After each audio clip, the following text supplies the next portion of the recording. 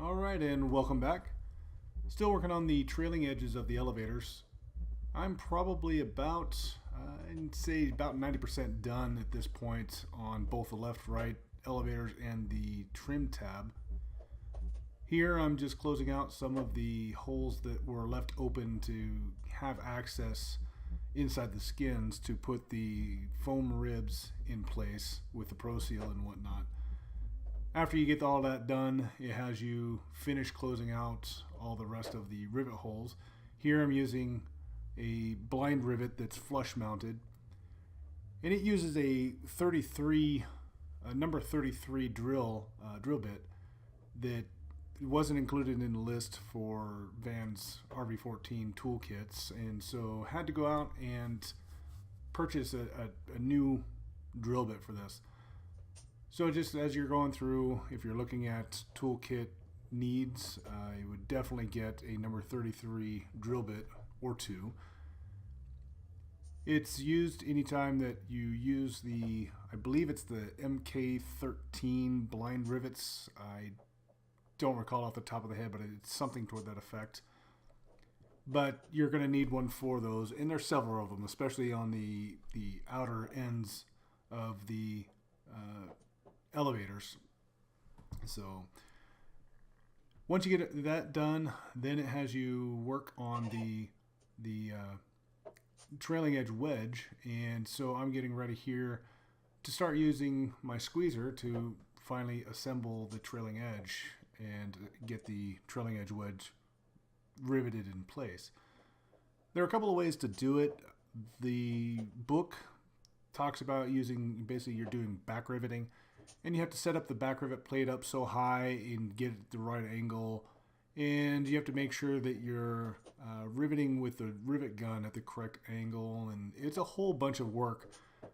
Or you can go to, I believe this was Cleveland Tools that I got this tool from, but there's a tool that has the squeeze dies for flush mounted rivets on both sides of the squeezer, and they're both angled at just the right angle that it has to be to flush squeeze these rivets on both the top and bottom sides.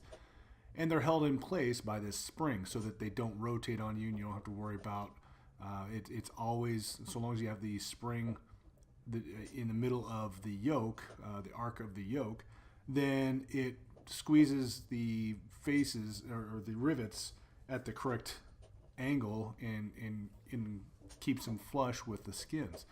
It's a very ingenious tool, whoever designed it. It's only used on the trailing edge of the elevator, so it's pretty much just a one-time use, but I would highly recommend it. Like I said, I think I got it from Cleveland Tools, but it might have been spruce or aircraft spruce or something toward that effect. But anyway, I don't think that it was any more than $10 or $15, and very well worth the money.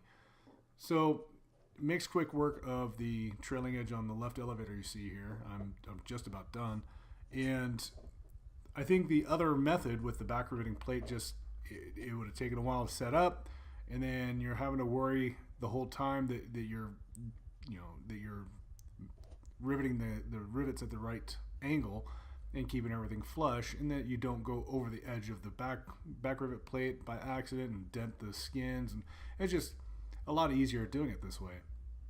So that's what I chose to do, and it worked out. Like I said, it worked out really well.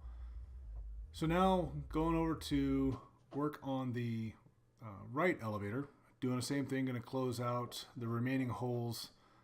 And on this one, I had made the mistake in an earlier step where the instructions, basically they have you leave several holes unriveted so you have access inside the skins, and you can put the foam ribs in place with the Pro Seal and glue everything together.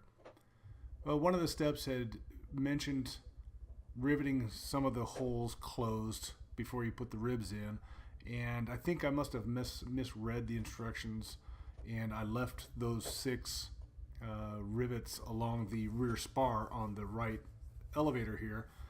I didn't put the rivets in before I glued the foam ribs in place. And so what I ended up doing is just putting in the blind rivets, the flush mounted blind rivets that I'm using on the outside ribs here.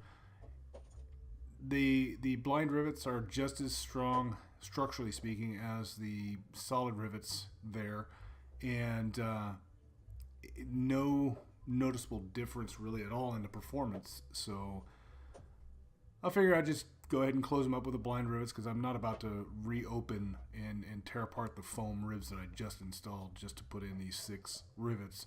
It's on the bottom of the skin, bottom of the right elevator. It's not structurally negligibly different in structural integrity, I believe.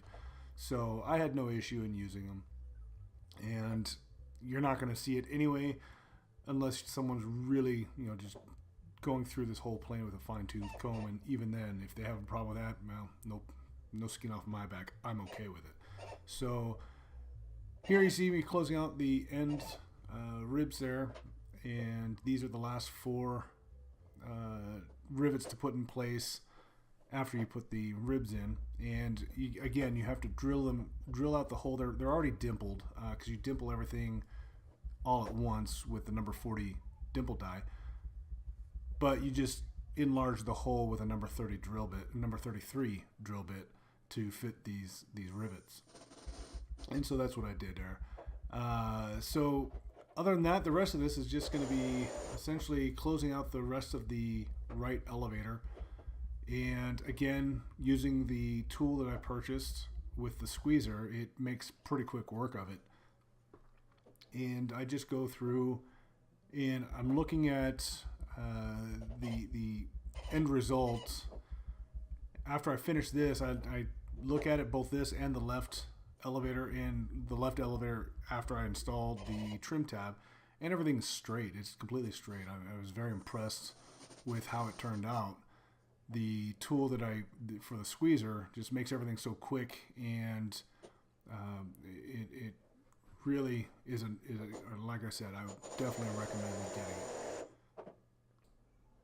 So at the point of editing this video, I'm actually now starting to work on the tail cone. I don't expect that it's going to take me terribly long. I think maybe a month and a half.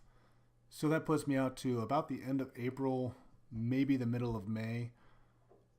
And I think that I probably am very likely to make that timeline. Looking at the wing kit, it's about an 8-week lead time. So I think I'm probably at the point where I can go ahead and order the wing kit and be ready for it. It's I don't want to make too long of a gap between finishing this kit and starting the wing kit. I want to keep a roll, especially before the heat of summer gets here. Here in Arizona, it'll be 120 degrees outside for a month and a half straight, which means it's about 140 degrees inside my garage, and I don't have an AC system for the inside of the garage. So I want to try to get as much as I can done before it starts getting hot. And that gives me about 3, 4, maybe 5 months if the weather holds out. So we'll see how it goes. Anyway, I'm gonna go ahead and let this close out here. And again, those who continue to watch these videos, I appreciate it. If you have any comments or questions, by all means, leave it below. And if you get a chance, hit that like button for me, and hopefully more folks will be able to come across these videos. We'll see you next time.